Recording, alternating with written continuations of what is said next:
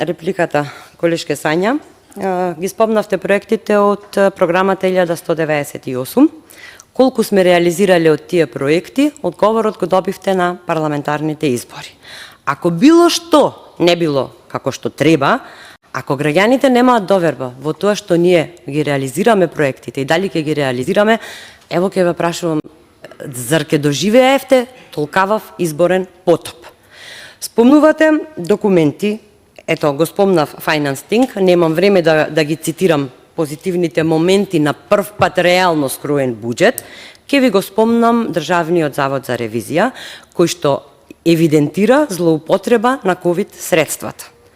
Ќе ги спомнам ваучерите за студенти со кои ги изигравте студентите. Ќе ги спомнам ваучерите за туризам кои не беа ни 50% искористени. Ќе го спомнам повторно Државниот завод за ревизија кој излезе со извештај за страшни злоупотреби во работењето на Агенцијата за промоција и поддршка на туризмот. И до каде да одам, колешке?